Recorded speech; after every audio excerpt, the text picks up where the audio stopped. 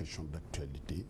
Je profite de l'occasion pour saluer l'ensemble des téléspectateurs qui nous suivent à travers votre chaîne, mais aussi prier pour un Sénégal de paix, et d'hospitalité, de concorde nationale, parce que c'est le moment de prier, parce que c'est le mois de Maouloud. Je vais me rendre tout de suite à Tivaouane pour prier là-bas. Alors, quand je présentais Moustapha Cissé Lo, j'ai dit premier vice-président de l'Assemblée nationale du Sénégal, président du Parlement de la CEDEAO, mais j'avais envie de dire également futur maire de Dakar.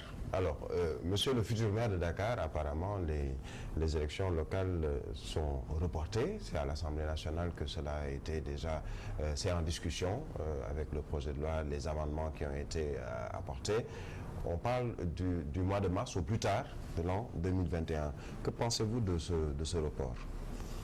Bon, je pense que je ne pourrais pas dire plus que ce que l'opposition a dit, parce que c'est à la suite d'un consensus, parce que quand même il y a des imperfections qui sont dans le texte. Il y a aussi beaucoup de problèmes à régler, parce que je pense que ne serait-ce que la loi sur le parrainage, ça méritait quand même que les acteurs puissent échanger pour voir comment on pourrait améliorer ce texte dans ces élections. Il y a d'autres, la forme d'élection des maires, donc je pense que... Puisqu'on passe déjà du suffrage indirect au suffrage direct. Voilà, donc il y a un consensus fort autour de cette problématique, donc je ne peux qu'applaudir, parce que je pense qu'il faut donner le temps au temps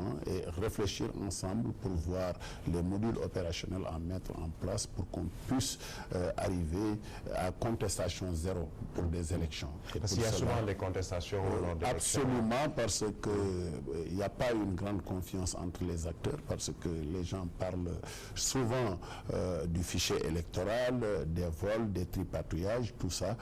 Il faut quand même aller dans le sens de renforcer notre démocratie avec des lois qui puissent garantir la transparence des élections, et je suis pour cela. Mais pour ma candidature...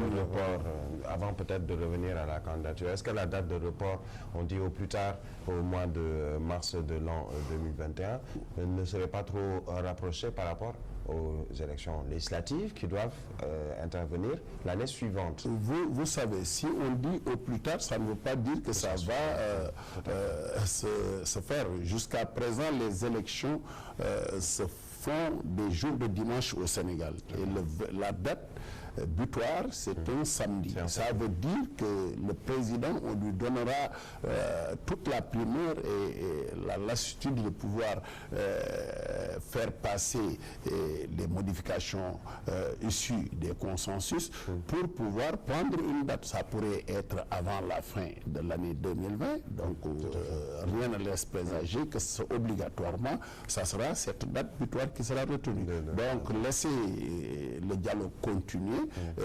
Prions pour qu'il y ait des consensus, pour qu'on puisse avoir une confiance des acteurs qui vont briguer les suffrages des Sénégalais pour aller aux élections. Ça va quand même calmer le jeu, et nous pourrons partir à des élections avec contestation zéro. Oui. Alors, l'heure dialogue, vous parliez tout à l'heure de votre candidature pour la mairie de Dakar. Vous poursuivez cet objectif de la mairie de Dakar, même si on a reporté le... Moi, vous savez, moi je suis un homme politique, acteur, un grand homme politique qui a gravi les échelons. Je pense que c'est insulter la mémoire des Sénégalais de dire que peut-être pourquoi Moustapha Cissé Lo dit qu'il est candidat pour la mairie de Dakar. Je pense que ça ne devrait même pas être un débat. Si on sait que j'ai occupé des responsabilités plus importantes qu'une mairie, et je fais partie des acteurs qui ont conçu ce pouvoir avec l'APR, qui se sont battus pour que le président Macky Sall soit là où il est. Il est président, d'autres ont occupé des responsabilités, l'Assemblée nationale, la HCCT, le Conseil économique social, des postes de primature. Ceux-là, qu'est-ce qu'ils ont fait et que je n'ai pas fait? Qu'est-ce qu'ils peuvent faire pour le Sénégal que je ne peux pas faire? Donc, je maintiens ma position, je vote à Dakar, je suis domicilié à Dakar avec ma famille, je ne suis plus domicilié à Touba, j'y vais souvent quand il y a des élections locales, comme je l'ai fait en 2009, on n'était pas au pouvoir, j'ai dirigé la liste des Kalngor de toute la région au conseil régional. J'étais tête de liste et élu par les Diourbellois. Donc l'essentiel c'est que moi, j'ai annoncé ma candidature. Je veux que les autres qui pourraient contester ou dire autre chose puissent dire s'ils sont candidats ou pas. Il y a des responsabilités dans le département de Dakar, APR ou Benno Bokk Yakaar. Je ne parlerai pas d'APR parce que jusqu'à aujourd'hui, nous allons en alliance. Je suis de cette mouvance présidentielle. Je fais partie des fortes personnalités qui habitent Dakar. J'ai eu le courage de dire dans les yeux aux populations de Dakar et à ma coalition que je suis candidat, je veux être maire de Dakar. Il s'agit de cela. Le moment venu, on va voir si on trouve des consensus pour être dans une liste et que je puisse porter la liste de la candidature de Benno Bokk Yakaar pour être maire de Dakar, j'ai pas de problème. Mais ce que je ne pourrais pas accepter ni soutenir, des gens qui sont ministres et qui disent qu'ils vont être candidats pour être ministres et maire de Dakar, les autres vont les applaudir, ça je refuse. Que pensez-vous justement vous parliez de ministre-maire, ce cumul de fonctions, certains pensent qu'il faudrait aller... Mais on doit l'enlever. Je pense que si on veut assumer pleinement sa responsabilité, on ne peut pas être maire, surtout des grandes villes. Peut-être les autres maires, je n'ai pas de problème. Mais maire d'une ville comme tel, maire de Dakar, maire d'une ville comme la ville de Thiès, maire de Guédiawaye et Saint-Louis, être le maire et être en même temps ministre, vraiment, je pense qu'il faudrait qu'on revoie cela. Ce n'est pas acceptable pour moi. Si on laisse qu'il n'y a pas de clause qui interdit cela, sont libres. Mais allons à l'orthodoxie et interrogeons l'histoire. Mamadou Diop fut ministre quand il a voulu prendre la mairie de Dakar du temps du Parti socialiste. Les socialistes ont dit que la mairie de Dakar est très importante, on ne peut pas cumuler ça avec le poste de ministre. Tout à fait. Donc je verrais très mal que notre parti accepte aussi de prendre quelqu'un, faire de lui le maire de Dakar et lui coller le poste de ministre, entre autres. Est-ce que vous, en tant que député, par exemple, à l'Assemblée nationale, il vous est arrivé ou vous pensez peut-être demander à ce qu'on puisse proposer une loi? Je ne l'ai pas fait. Je suis dans un parti, dans une coalition. Nous sommes en train de moderniser. Je pense qu'il faut réfléchir à cela. Est-ce que peut-être dans le cadre du dialogue, ministre peut être ministre dans le département de Dakar, Guédiawaye ou Pikine et être en même temps maire de cette ville, pendant qu'il y a des responsables aussi qualifiés, aussi compétents que lui? Je pense que ce n'est pas acceptable. C'est des responsabilités qu'on doit éclater. Je le pense objectivement. Le cumul de fonctions peut-être pourrait même être en discussion au sein du dialogue politique. On parlait tout à l'heure de ce dialogue politique justement. Mais il y a des pays non moins grands que le nôtre, par exemple au Bénin, on ne peut pas cumuler le député et le maire. On ne peut pas. On ne peut pas être aussi ministre et maire. Ce n'est pas possible. Mais ils ont leur loi. Mais je pense qu'il faut approfondir la réflexion, discuter pour quand même étendre les postes à beaucoup plus de responsabilités pour que ces gens qui sont ces responsabilités puissent les assumer pleinement. Et jouer ne pas être sur deux tableaux, comme on dit, être maire de Dakar, devoir faire beaucoup pour Dakar et ensuite vouloir également exercer ses fonctions de ministre. Alors, on parlait tout à l'heure de l'APR, de la coalition Benno Bokk Yakaar, un débat que vous avez tranché il n'y a pas longtemps avec nos confrères de la TFM sur ce troisième mandat, qui a même poussé certains à être limogés. Aujourd'hui, on prend l'exemple d'un Moustapha Diakhaté que vous connaissez bien. Est-ce que ce débat, on doit le poursuivre ou tout simplement l'arrêter, puisque quand même, il reste des années avant la présidentielle de 2024? Moi, je pense que l'élégance républicaine ne doit pas permettre qu'on discute d'un mandat vraiment qu'on doit commencer. Le deuxième mandat du président de la République court jusqu'il y a 7 mois seulement. Aujourd'hui, le président s'était engagé devant les Sénégalais avec un projet de société. Nous l'avons sanctionné positivement en votant massivement pour qu'il puisse passer au premier tour avec 58%. Il a commencé à travailler, à réfléchir, à réformer, à réorganiser pour pouvoir aller très vite, supprimant le poste de Premier ministre, prenant tout en main pour accélérer la cadence. Je ne peux pas, moi, concevoir qu'un membre de l'Alliance pour la République, qui soutient le président de la République, engage un débat qui ne fait que nous retarder, qui n'a aucun sens. Il y a la loi, il y a les dispositions de notre Constitution.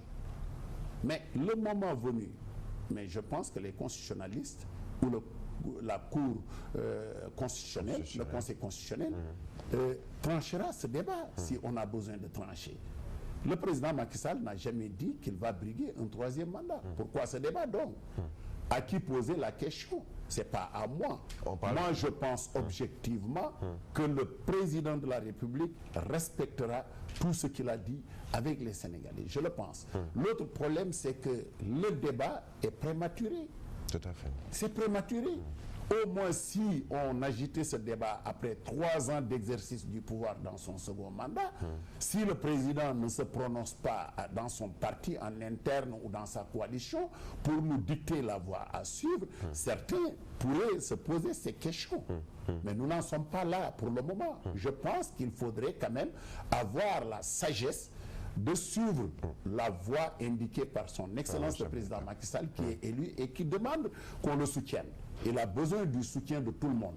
Pourquoi il s'est rapproché de l'opposition, l'opposition la plus radicale, c'est-à-dire le parti du président Abdoulaye Wade, qui sont nos frères et nos amis, pour qu'on puisse renouer le fil du dialogue. Essayer de partir avec des consensus très forts. Aujourd'hui, si quelqu'un défie le président dit, vous, ma famille, c'est ce qu'il nous a dit, hein. Ne parlez pas du mandat. Je fais partie des plus récalcitrants. Mais moi, je ne défie pas le président pour lui dire, parce qu'il l'a déjà dit. S'il ne l'avait pas dit, et je pense pouvoir le dire, je le dis librement. Mais en tant que quelqu'un qui l'a soutenu fortement, qui s'est engagé pour qu'il puisse avoir un second mandat, vraiment, je me refuse de dire parler de 2e mandat ou 3e mandat. Je me refuse. Non, vraiment. Il s'agit de discipline de parti. Oui, mais le président nous a dit, nous, sa famille. Moi, je dis, je suis Baye-Fall de Macky Sall. Le président Macky Sall me dit, si c'est ne parle pas du mandat, je dis, je parle. Je le défie. Je ne peux pas le défier. Je peux lui parler dans sa chambre, qu'il m'appelle pour lui dire, monsieur le président, vous pensez à quoi? Je pense à cela. Mais je ne peux pas le dire ici. En tout cas, je ne saurais me prononcer que si le président de la République, dans le parti, s'est prononcé. Là, je vais dire ce que je pense. Alors, qu'en est-il justement de cette discipline de parti? Est-ce que vous pensez aujourd'hui que dans la paire, cette discipline de parti est un maître mot ou un vain mot? Parce que certains apparemment ne suivent pas la discipline. Je demande pardon à tous mes collègues de la paire parce que je pense que tout ce qui s'est passé, c'est parce que nous sommes un parti qui est arrivé très jeune au pouvoir. Nous n'avons pas aussi le temps de nous organiser pour les instances, pour que les gens puissent parler dans des instances. Vous avez vu les agitations des jeunes partout dans les réseaux sociaux. On ne peut pas les calmer parce qu'ils veulent voir le président de la République pour discuter avec lui de certaines questions. Et c'est leur rôle. Ils n'ont pas d'interlocuteur. Ça veut dire que les partis ne fonctionnent pas au niveau de nos départements. Donc ce problème qui a causé vraiment cette révolution des jeunes qui se sont battus pour porter le président à la magistrature suprême et le pousser au second mandat commence à poser problème. Donc je souhaite que le président de la République puisse, comme il l'a fait récemment avec Kaffrine, où il a appelé tout le monde pour discuter, qu'il puisse le faire avec tous les départements. Il est temps appeler les jeunes pour discuter avec lui. Et nous qui sommes les anciens aussi nous appeler pour nous indiquer la voie à suivre. Il est temps de discuter. Il est temps qu'il reprenne le parti. On a vu que même au sein de l'APR, il y a quelquefois des frictions. Moustapha Cissé Lo. Mais je dis il y a la cacophonie. C'est ça. Parce que le parti est en lambeaux. Parce que on ne sait pas à quelle fin se vouer. On ne sait plus. C'est ce qui est à l'origine de votre démission des instances. Les instances, je l'ai fait bien avant les élections. Moi, j'avais pensé que à Dakar, je ne me retrouvais pas dans ce qu'on fait et il fallait créer une sorte de coalition, c'est-à-dire de tous ceux qui peuvent apporter un prévalu au président Macky Sall, c'est-à-dire ceux qui ne sont pas forcément des partis politiques, pour créer l'horizon 2020, grande offensive pour la réélection. C'était depuis octobre 2018, ce que j'ai lancé au stadium Demba Diop, et qui a connu une éclatante réussite. Et nous avons pris bras le corps cet outil important pour sillonner Dakar et sa banlieue, mais aller au-delà jusqu'à Touba et quelque part à Thiès et dans la région de Thiès particulièrement et Mbour. Nous avons fait une touche nouvelle, mis en place un modèle de soutien qui n'était pas forcément les modèles traditionnels que les gens faisaient, parce que c'est l'initiative du président Moustapha Cissé Lo qui a appelé ses amis et des membres de l'APR qui ne se vouaient pas dans ce que le parti fait dans leur localité, à Pékin et quelque part. Et je suis parti pour les garder, pour les bloquer, pour qu'ils ne sortent pas. Je vous dis que j'ai bloqué beaucoup de gens qui allaient partir. Qui étaient frustrés en fait. Oui, mais il y a une responsable. Elle s'appelle Yandé, qui est à Yoff, qui avait déjà quitté pour aller rejoindre le PUR. Quand après, je l'ai récupéré. Et je l'ai bloqué. C'est parce que derrière, il n'y avait pas ces responsables de l'APR organisés pour justement retenir l'organisation du parti. Vraiment, je ne peux pas discuter de ça, je ne peux pas en parler, parce que moi, si je voulais parler à un responsable de Dakar, à qui je vais m'adresser? Qui est le responsable? C'est la question. Oui, c'est une question. Il n'y a pas de réponse. Et je suis un responsable de Dakar. Un parti qui, quand même, quelqu'un comme l'honorable El Hadj Malick Luxar récemment disait que, quoi qu'on puisse dire, c'est un parti qui, on l'a vu, est né après une scission avec votre père, Maître Abdoulaye Wade, le PDS, mais qui quand même a réussi à se hisser au pouvoir en 2012. Et même, vous l'avez rappelé tout à l'heure, revenir et rester au pouvoir après la présidentielle de 2019. Est-ce à dire que ce modèle-là, quand même, a quand même réussi? Mais je suis tout à fait d'accord. Si on a réussi cela, Luc, c'est mon ami, on discute beaucoup, c'est un intellectuel, rien qu'avant-hier, on a discuté longuement. Si nous avons réussi, c'est le leadership accepté du président Macky Sall, qui a su garder une dynamique pour aller à la conquête des suffrages des Sénégalais. Et nous tous, nous sommes vraiment regroupés autour de lui, reconnaissant que c'était une forte personnalité qu'on pouvait aider à aller et à prendre le pouvoir. Ça s'est passé comme ça. Mais le problème, c'est quand on a pris le pouvoir. Le président a organisé la reconquête du pouvoir autour de Benno Bokk Yakaar. Et on a laissé mourir l'APR. C'est ça la vérité. On a laissé mourir l'APR.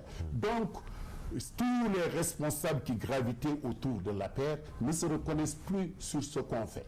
Parce que les réunions, on parle Benno Bokk Yakaar. On ne parle pas de l'APR. Il n'y a plus de directoire. Le secrétariat exécutif n'est pas tellement opérationnel. Même ceux qui s'y sont ne se retrouvent pas dans ce qu'on fait. C'est ça le problème. Donc, il faut revoir, parce que le parti ne doit pas mourir après la deuxième élection du président Macky Sall. Nous devons pouvoir poursuivre et essayer d'avoir un troisième mandat pour notre coalition. Je ne parle pas un candidat. Il faut travailler à ce que Benno Bokk Yakaar puisse présenter un candidat qui puisse gagner pour un troisième mandat. C'est notre objectif. Et pourquoi pas même pour un quatrième mandat. Avoir un candidat qui gagne et qui gagne encore. Donc je pense qu'il s'agit de cela. Nous sommes dans un parti, en tout cas moi je suis de l'APR, je resterai dans l'APR quelle que soit l'issue de ce qui se passera. Je serai avec Macky Sall, il sera mon dernier responsable politique, je le soutiens et je le soutiens fortement. Donc il faut qu'on sache ce qu'il veut et là où il veut nous amener. Moustapha Cissé Lo, nous allons dans la seconde partie de cette émission aborder d'autres sujets, puisque c'est quand même président ou le président du Parlement de la CEDEAO. Alors ce sera juste après cette courte page de publicité.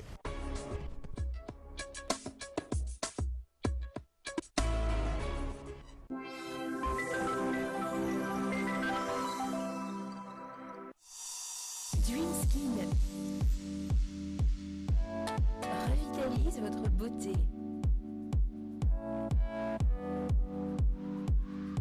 En plus d'une sensation de bien-être, votre teint est illuminé en 5 jours. Dream Skin, c'est 24 heures d'hydratation à base d'huile de carotte, d'huile d'argan et bave d'escargot. Rendez votre peau plus éclatante et vivifiante. Avec Dream Skin, vous êtes dynamique et confiante. Dream Skin, faites de votre rêve une réalité. Uniparco Cosmétique, vivez votre beauté, exprimez votre différence.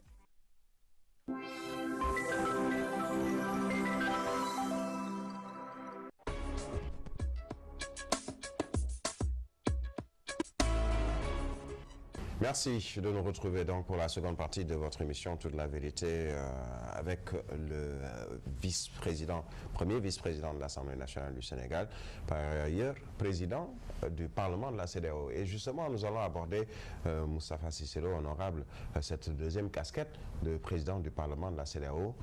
L'Afrique de l'Ouest va mal.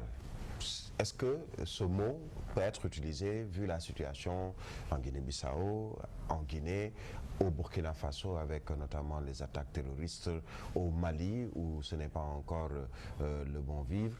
Comment trouvez-vous la situation en Afrique de l'Ouest? Elle est catastrophique. La situation va très mal, très très mal. Parce qu'il y a des défis. L'insécurité prend des proportions jamais égalées. C'est la vérité. Ça boue partout. Les problèmes des élections aussi, c'est des tensions. En Guinée-Bissau, il y a 2 gouvernements déjà. Et la campagne électorale a démarré. La CEDEAO suit avec beaucoup d'attention et beaucoup d'intérêt ce qui se passe dans ce pays. La CEDEAO qui a même donné un ultimatum. Mais les chefs d'État se réuniront demain à une session extraordinaire des chefs d'État. Le président de la République va partir tout de suite au Niger et ils vont prendre des décisions. Mais ce que je peux vous dire, c'est que nous avons peur parce que nous sommes dans une zone de turbulence où ça boue partout. La Guinée, vous suivez, vous projetez les images. Chaque jour, avec des il y a des manifestations et il y a mort d'hommes. Il y a mort de personnes. Ce qui n'est pas acceptable. Tout autour de la révision d'une constitution pour un troisième mandat. L'autre problème, c'est les ennemis de la paix. C'est les terroristes, les djihadistes, les trafiquants de toutes sortes, d'êtres humains, de drogue. C'était le crime organisé avec des rançons et tout ça. Donc, qui fait que nous sommes assis sur une bombe. Nous sommes assis sur une bombe. Qu'est-ce que nous devons faire? Moi, je pense que c'est l'heure d'appeler les chefs d'État à la responsabilité et de prendre des décisions fortes. Je l'ai dit à Ouaga tout dernièrement, qu'il faut une force de sécurisation commune au niveau de la CEDEAO et très renforcée avec des moyens. Oui, parce que la CEDEAO, aujourd'hui, le Sénégal fait partie des grands pourvoyeurs de forces de l'ordre pour les Nations Unies. D'autres pays de la CEDEAO également ont leurs forces de l'ordre qui sont dans d'autres théâtres d'opération. Mais bien, je vous pose la question, pourquoi les chefs d'État ne décident pas de mettre une force de sécurisation de la CEDEAO? Ça fait partie des objectifs d'ailleurs de la CEDEAO. Parce que pour qu'on puisse circuler librement avec le droit d'établissement dans les pays, il faut que les pays soient en paix. Et sécurisés. Il faut régler ça. Il faut aussi le renforcement de la démocratie. Il faut que les gens acceptent. Je pense qu'il faut qu'on puisse discuter de ces questions et régler. De toute façon, nous, on sera en session ordinaire.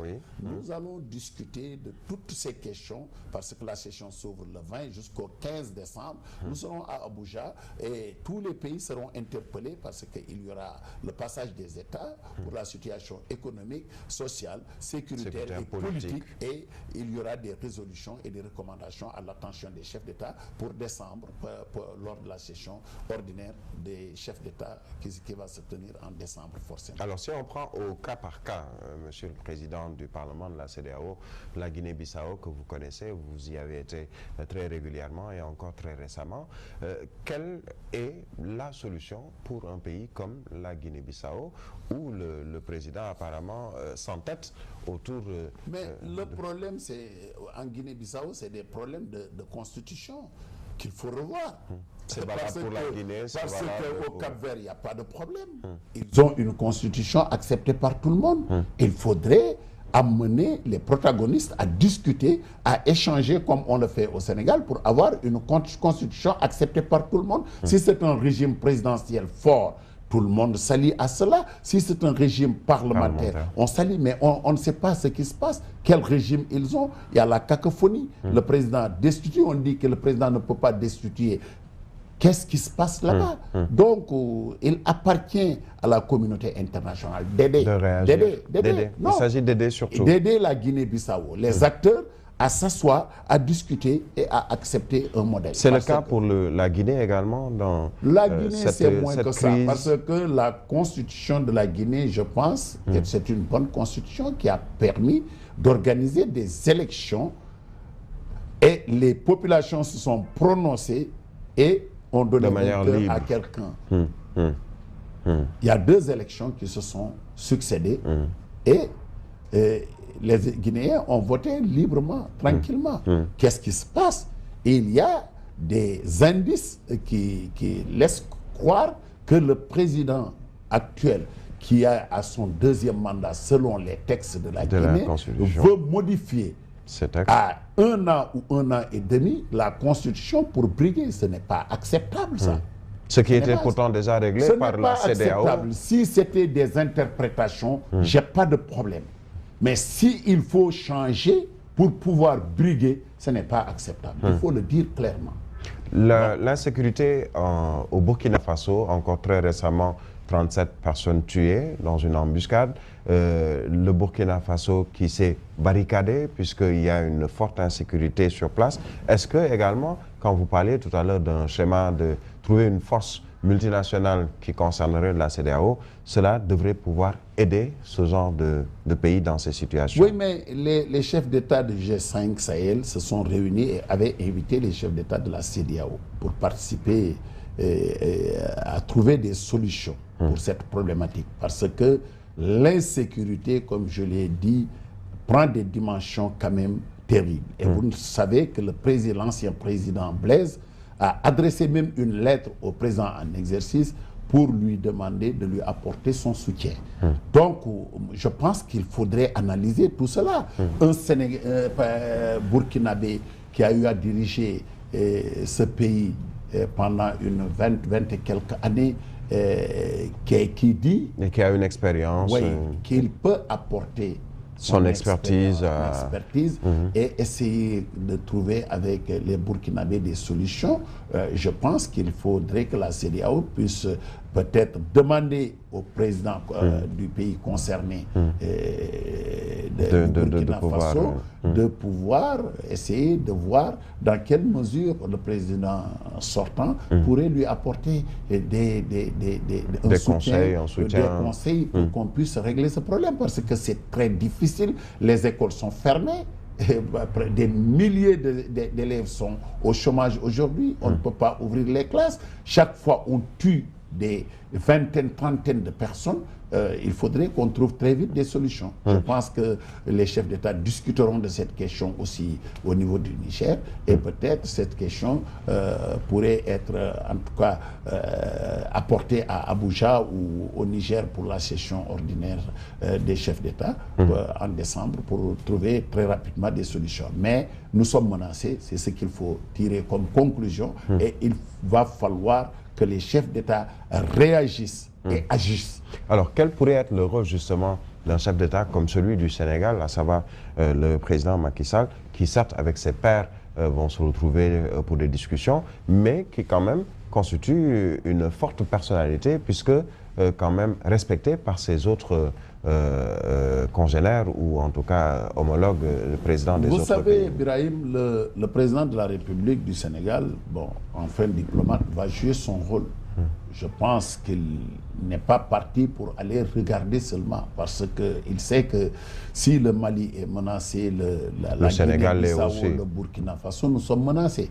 Donc, il partira avec ce qu'on sait des Sénégalais, des fins diplomates, pour apporter des solutions. Et attendons les conclusions de la réunion pour savoir ce qui a été dit et la position du Sénégal par rapport à cette question. Alors, sur le plan sécuritaire toujours, vous l'avez brossé tout à l'heure, il y a le terrorisme, mais il y a également ces États narcotrafiquants. La drogue est devenue un fléau pour l'Afrique de l'Ouest. Le Sénégal en fait partie. Vous avez toujours crié haut et fort qu'il faut qu'on fasse attention. Ce ne sont pas des petits Sénégalais qui sont dans le trafic, mais ça concerne de grosses pointures entre guillemets. Est-ce que vous confirmez, et qu'est-ce qu'il faut faire pour la lutte contre cette drogue? Je ne confirme rien. C'est face à la réalité, il n'y a pas de confirmation. Le Sénégal, depuis quelques années, est devenu, avec la Guinée-Bissau, la plaque tournante de la drogue. Et de la drogue dure. Cocaïne, connue de tout le monde. entre autres. Et ce que j'avais dit il y a à peu près 2 ans, aujourd'hui, l'histoire me donne raison. On ne peut pas faire ce trafic sans avoir derrière vous des bonnets, de gros bonnets derrière. Les autorités même. Non, moi je dis, je prends de gros bonnets. C'est de gros trafiquants. Je ne sais pas si c'est des autorités ou pas, mais c'est de gros trafiquants, des délinquants, qui sont derrière ces petits délinquants. Des délinquants, les délinquants comme on les appelle, sont les pourvoyeurs, là, les conducteurs des colis, mais il y a derrière autre chose. Donc, nous sommes dans un État organisé, il y a les services de renseignement, il y a les services de sécurisation, il y a des gens qui sont des honnêtes citoyens, qui sont dans tous les corps de métier, que ce soit dans les renseignements, comme dans la police, la gendarmerie et la douane. Il faut quand même encourager ces gens à aller à la conquête de cela, qui sont des malfaiteurs, qui sont vraiment des gens qui s'enrichissent illicitement. Est-ce que vous demandez toujours au procureur de vous appeler parce que vous avez des informations? Non, mais il a plus maintenant d'informations que moi. Par rapport à ceux qui, peut-être au Sénégal, sont de gros bonnets et qui sont dans la drogue. Le procureur a beaucoup plus d'informations que moi, maintenant, parce que il est clair qu'il a des indices, il a des informations. On peut lui dire qu'il y a ces indices. Il a des indices. Dans les indices, vous avez parlé de toutes ces grosses bâtisses qui sont construites à Dakar. Mais il y a d'autres choses qui ne sont même pas des bâtisses. Il y a d'autres, parce que je vous dis, hein, j'ai parlé la fois passée de l'enrichissement illicite. Quand on parle de ce qui est illicite, c'est tout ce qu'on mange et qui n'est pas légal. C'est en quelque sorte en Wolof Riba. C'est ça qui est illicite. Donc, tout ça, c'est illicite. C'est parti. Donc c'est pour cela que je suis contre, toujours je dis, la loi sur l'enrichissement illicite, parce que si cette loi était une bonne loi, le procureur et les magistrats qui sont là ne dormiront pas, parce qu'il y a toujours sur un beaucoup de dossier, choses quoi. illicites. Donc j'ai demandé au moins que si on gardait cette loi, qu'on puisse la réformer, la réorganiser, vous avez toujours demandé, et pour que celui qui est accusé puisse avoir vraiment la présomption d'innocence, et celui qui l'accuse puisse donner des preuves, et après des preuves même qu'on puisse lui donner la chance de saisir une autre juridiction en appel pour tirer les choses au clair. Il faudrait mettre un terme à la CREI ou reprendre la CREI. Je pense bien que la CREI, comme tel que libellé, son fonctionnement me pose problème, moi. Franchement, le fonctionnement de la CREI me pose problème. Alors, sur le plan politique, peut-être que nous allons sûrement terminer sur ces points. Vous avez parlé de la CREI. Si on parle de la CREI, on pense notamment à Karim Wade, mais on pense également très récemment à Khalifa Ababacar Sall. Une loi d'amnistie est-elle possible Non, Khalifa Sall n'est pas poursuivi par la CREI. Non, je parlais notamment de l'aspect politique, je veux dire. Karim Wade est condamné par cette juridiction d'exception. Je pense que même au niveau du dialogue national, cette question devrait faire l'objet de discussion. Est-ce que, et on pose aux partis politiques, est-ce que la CREI est une juridiction bonne à maintenir dans l'architecture juridictionnelle du Sénégal? Oui, ça c'est un. Il faut poser cette question. Bien sûr. Si les gens soient d'accord que c'est bon, on maintient. Si ce n'est pas bon, on abroge cette loi et on sort ça. Quelles seraient les conséquences? Une fois qu'on le fait, tous ceux qui avaient été condamnés par cette juridiction seront tout simplement blanchis. Blanchis, oui. Une loi d'amnistie est-elle possible justement pas seulement pour Karim Wade, mais aujourd'hui également pour Khalifa Sall? Vous parlez de dialogue, d'apaiser le climat politique, le climat social. Est-ce que ça doit être... Vous savez, des lois d'amnistie, c'est du ressort des politiques. Nous sommes dans des partis politiques. Il y a Benno Bokk Yakaar, il y a les blocs de l'opposition de notre côté, et il y a ceux qui sont directement concernés par cette question. Mais tout sera fait à l'Assemblée nationale. Attends. S'il doit y avoir de loi d'amnistie, ça sera une question discutée entre les protagonistes. Les acteurs politiques. Les acteurs, c'est les protagonistes, vont discuter de cette question. Pourquoi loi d'amnistie?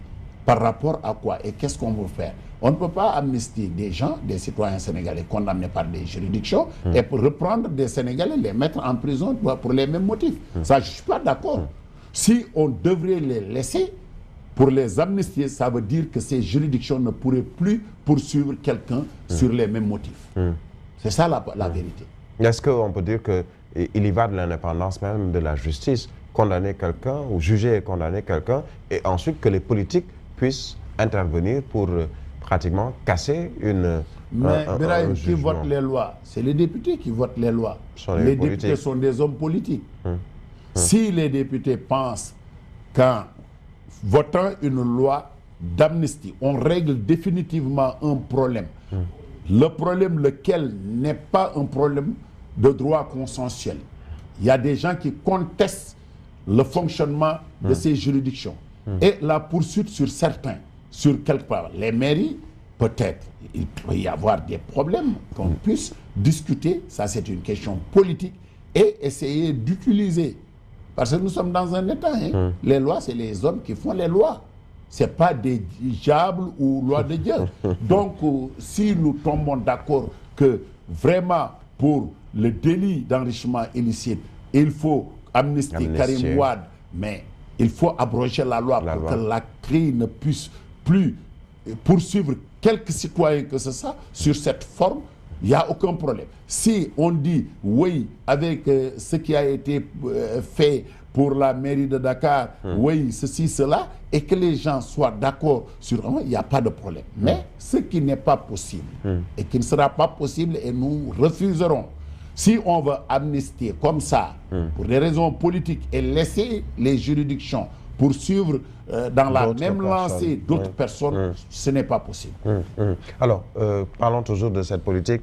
Vous l'avez dit très récemment, ce rapprochement, cette réconciliation entre Maître Abdoulaye Wade et Macky Sall. Un acte premier a été posé à Massalikul Jinane, un second acte au Palais de la République. On attend encore la suite. Quelle est la suite, justement, vous qui êtes très proche? Le président de la République s'est engagé d'un commun accord avec son prédécesseur à la tête de l'État d'aller le voir. Mais vous savez, la diplomatie, c'est des opportunités et des moments qu'il faut saisir pour faire tout cela. Si on voulait cette réconciliation avant Massalikul Jinane, ça pourrait être très difficile. Mais aujourd'hui, nous avons profité de cette aubaine pour pouvoir faire rencontrer de grands hommes politiques qui ont cheminé longtemps ensemble et qui se sont retrouvés, en tout cas, comme... chien et chat, entre guillemets. Ça, je ne veux pas le dire parce que c'est des gens que je respecte. L'autre problème, c'est que si aujourd'hui le président s'est engagé à recevoir le président Wade pour quand même s'expliquer avec lui et qu'ils ont pris date devant le pays et devant l'histoire, devant le peuple international, je pense que cette date viendra bientôt et que le président va voir le président Wade pour discuter avec lui. Mais est-ce que vous l'avez vu le président Wade? C'est quand même, on vous a toujours entendu parler de Maître Abdoulaye Wade, votre père. Je ne l'ai pas vu, mais c'est mon père. Je souhaite le rencontrer, mais je ne veux pas aller dans la précipitation. C'est un homme sage, un père, un oncle.